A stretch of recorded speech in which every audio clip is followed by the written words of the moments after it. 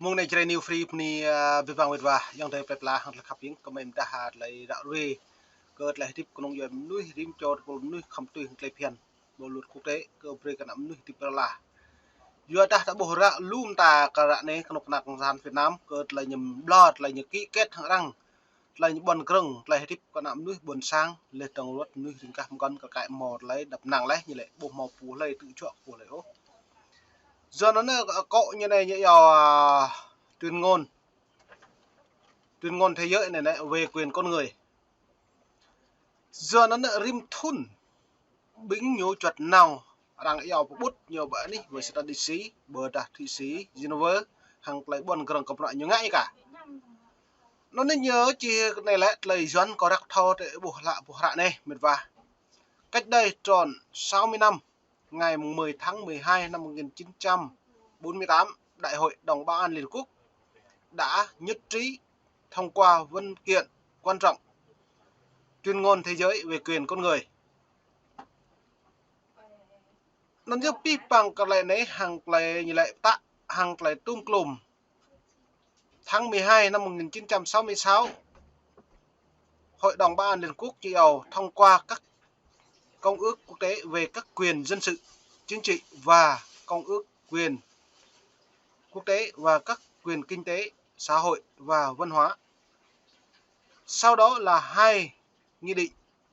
như bổ sung công ước quốc tế về các quyền dân sự và chính trị. Nó nít lời đã lại chun cỡ biết bằng hàng lại chun cỡ pul núi hạt tiếp bạc lá nhiều khăm màu tươi cứt lại phiền hàng lại cây cả. Từ đó hạt tiếp bù màu lại phiền lấy bù màu lại cây cả lại phiền lần char nôn lấy trong đang xuất đoạn nhiều bù tươi lại tiếp hàng kẹt krem núi bình char một con đâu. Cái nước Mỹ hả này bình char Mỹ thầu mà cỡ lại nhiệt độ char cỡ miền điện duyên lại tiếp Mỹ lại nhiều tiếp phong char răng nhiều tiếp bù dự lần char khởi nhiều phố sam nhiều tiếp nhiều campo có bộ phun bù lần nó nhiều phố nhiều campo hiểm bạ lại phong tục tập quán còn lần char miền điện máu trở lấy nhu campo lại thêm hàm á lại lần la lại trong sa nhiều bể lần char bộ phun bù lần trong lầu bí bằng prọn cất nhiều càng ngã nhiều không thông qua có bộ phun bù lần pre cả từ nhú tùy ngã pre lại chịu nạt là phi bọc lệ từng nhiều piom ai mất dựa hay lệ bờ ta dọn bè hay lệ hàng lệ đưa có hay tanap bờ ta đưa lệ học ác bờ ta đưa có lệ nhạc khoa vì điện lâu nó lại nhiều khẩm thực hiện cập đoạn luật nâng do nó như lệ này các văn kiện này được các nước thừa nhận là bộ luật quốc tế về quyền con người tập trung trên các lĩnh vực bảo vệ và ngăn ngừa phân biệt đối xử, bảo vệ quyền phụ nữ và trẻ em. Cái bút cất lời này, tôi không có một đảng cộng sản Việt Nam ra này hiếm bạn, nhưng bảo vệ và quyền con người. Lê từng nhô kẹo kia mà hạ nuôi, ta lại hèm cả, nhô tắm như phân biệt đối xử, hay lấy những phân biệt đối xử ra này đó, xem lăng ta bộ. Chính đảng cộng sản Việt Nam ra này như mút má, như chỗ bữa này lần cha tập ngữ, để từng nhô kẹo kia, lê từng tôi là cái nhô ngạ. Bù prem nuôi đi buồn sang một nhà đi gà ta một là ngay cỡ lấy cây cậu nhiều mạ quyền nhiều pu ấy mạ lại tư nhiều pu lên tướng nhậm nick lên là mạ lợn là lên tướng prai cái nào cũng doài tự chọn càng nào buồn sang đã đoạn chặt này bạ mồ nhiều mạ mồ nhiều nhạ lại đau nhiều về lại đảo mà lên tướng nhiều mạ lu bọa hàng lại nào buồn sang ta neo vào mà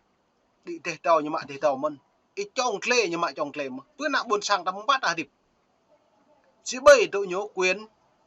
bảo vệ như ông là phân biệt đối xử này chính thức nhiều bảo vệ có nhiều bộ đôi lê từng hàng lấy nuôi buồn sang nhiều lẳng bồi dự nhiều thực hiện bồi dự từ luật quốc tế lê luật tuyên ngôn nữa cái cá là hấp cái nào buồn sang như do quyền đạp này lại phen đạp này hàng lấy tới phen bình phùng đây như bộ màu tàu về hàng lại cái thầu hàng lại cái cả ô nhục tàu thì ra này tàu lại nhung bong lại lại top lại bự mới lại trong piên lum tạc lại nhẹ sạt nhiều mạ bên này nhiều trăm một phong hết đây nhiều trăm tuy là những ngạ nhiều một lọ cụ sam tạt khất út là phiền ân do nên mày rắc cái này này đứng có pi bằng đã buộc quyền con người này lại nhu bố máu kẹt kêu lê trần quyền phân biệt đối xử nhu ngạ cái ta buồn nhu bố đối xử ta lại phân biệt chia rẽ đôn kết lắm nhỉ như giàu xóa bố chế độ nô lệ tuyên ngôn quyền con người trong quản lý tư pháp tự do thông tin hiệp hội tuyển dụng lao động vất hăng lại mạ phạ nhiều khẩm tùy cướp mà lê trông lại phiền lại ông mố lúm ta lại phiền tuyên ngôn đây nhật bẹ đấy cả nó buồn sang ta từ rất buộc xăm hăng nhiều pri nó có một rắc yang sạc lại nhiều pri cả nó buồn sang ta đã này hiếm bá nuôi phong họ đây cả bây giờ thun u lê từ bờ gỗ mạ phạ tập năng này chị chặt Ả Rập Xút lú chặt một cân như giá lại làm từ nhiều phố ngặt em bây giờ tru mang non là quyền trẻ em lại bỏ mẫu quyền phụ nữ như căn phòng mà tôi loại như càng yếu do nó là buộc thông tin cơ bản là lại dần bè lại chỉ từ nhiều Việt Nam nhiều bỏ mẫu đáp ứng cái luật quốc tế mạ mong nhà tiệp mạ mong thôn chúc là mẹ tôi này ông Hồ Chí Minh nhiều màu rắc làm lửa lau lúc biển pa lau đi năm 1945 đi cơ trở lại này tất cả mọi người sinh ra đều có tự do và bình đẳng không ai tước lấy quyền ấy nên như vậy xong phi băng phân ngoại nhận rạc nó như mà như rạc vừa cái nào buồn sang tập ngữ vất nào buồn sang như bổ như rạc nó là rạc lệ nhú mạng sẽ là bìa đỡ đạn tới nhú hàng liên quốc quốc tế đúng dâm sẽ nó mệt vả làm thư mềm đã về cơ trở lại này lại liên quốc là mạng đang chỉ trích tới nhú trong trên mạng mong thôn tổ bảo chú rằng bua rằng tươm nhớ bằng danh sách đen lên lầu đi rạ là mạng mong lâu tru rạ này hem bạc máu nằm cứ lên cơ rằng có một mẹ bằng danh sách đen như giàu danh sách CPC dẫn đến lại trong klum cầm mềm ta để mự đứng cầm mày rắc là yon phụ rạ này bù lại cơ trở lại này trong dịp kỷ niệm lần thứ 59 ngày quốc tế về quyền con người năm 2007 giờ Liên Hiệp Quốc phát động chiến dịch toàn cầu kéo dài và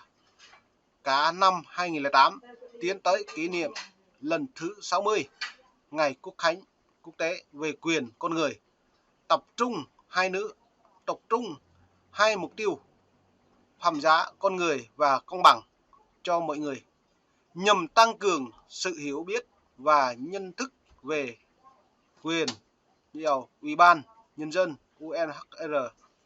và những giá trị chân chính của nó liên quan tất cả mọi người, mọi lúc và mọi nơi trên thế giới. Duyên đến lại này lại đằng UNHCR là UNDHR nó lại đã được như ở Liên Hợp Quốc dịch ra hơn 360 ngôn ngữ khác nhau, tiếp tục được phổ biến rộng rãi để mọi người biết, hiểu rõ và thực hiện. Xăm bằng này lại Việt Nam Cộng sản Việt Nam nhiều tranh cãiกับloại này nhằm lý luật nhà lại bộ thực hiện các cộng loại Liên Hợp Quốc này như nó nên luật pháp cái nhu bộ luật như là luật dân sự và luật hình sự coi nhiều lý hàng năm tư pháp và nhiều bộ bộ luật hiến pháp và nhiều bộ cả cạnh do mạng mình những biến đổi hàng tháng hàng năm đấy chứ đàn áp người dân bắt bớ người dân và một luật giao thông lại đang tùy thông qua đường nhựa đường quốc lộ nhiều màu giao thông bữa này luật giao thông này em bả luật giao thông cái cả bình rồi áp đặt này là luật giao thông tôi nhiều là tùy mút bằng cả mãi lệ trường hưu bằng lệ đi một chữ chắn nhá luật giao thông nhún này em bồi xăm luật bằng tuyên ngôn là mau mà còn lại là lên luật hiến pháp mau bổ mẫu xăm thực tế cái nhiều ngạ cái nhiều bố vả dẫn đến lại tung lùm ra này còn sàn nhiệt tông như chích lư một niệm nắp kẹo tôi đã bù xem lằng rằng mạ rằng yêu thì nhiều lại nhiều bòn cứng bởi nạp rằng rim thun 6 tháng một kỳ bởi đã 3 năm một kỳ thì nhiều nó ký kết thằng rằng lại mong nó lại là chụp đặt lại pi bằng rồi nhiều ngạ cơ ta lấy bòn blur lên trong bằng lần trà tập ngữ lần trà riêng trà độc cắn nhiều bộ mặt thực hiện các bộ luật nhân quyền với bình đẳng nam giới và đặc quyền con người ô cơ đã này nó có đặc biệt đứng cật làm chứ là mèo càng nhiệt lê chứ là nhiệt lê pi bằng ta xem lăng của luật từ những bộ này lời nhiều tụ ngạ rõ nhiều dựng lại piano. Năm 1945, Liên Hiệp Quốc nhiều được thành lập trở thành một tổ chức quốc tế lớn nhất với mục tiêu chung và cao cả của loại người là bảo vệ hòa bình. Sam tới bộ này nục này yuan lây lại. Sam rằng tiếp bằng trà rằng càng bảo vệ hòa bình mộ mạng mong họ đập nang lên thảo về lăng đã buồn sang nên lại bảo vệ hòa bình. Sam tới nhung mò họ bảo vệ tiếp bằng trọng với nhung chút chur lên trà một con năng lại lạc ngạ lùm tạc lại một con đừng mệt vào. Duyên lu ấy có đạo bộ có lại sốt sát nục na công sản Việt Nam làm tết đa làm plư làm prai làm ngạ sát lu này nên một niệm nạp nhiều chuyện bọn mạng có thể lần trà Việt Nam đang xóa vinh viễn bù màu lần trà công sản Việt Nam tổ từ tiếp lần trà bầy lệ tướng đang có nhiều lại đang bộ trong tụ giáp lệ đang công sản cơ mạo phận bột hậu vi lặng đã bút sang nên mong này mày pni cái pipang yang tới plei pla hàng chơi new free cầm chức lại lệ pni pipang tung klum để xem lang comment đặt gặp mong gặp lệ pni pipang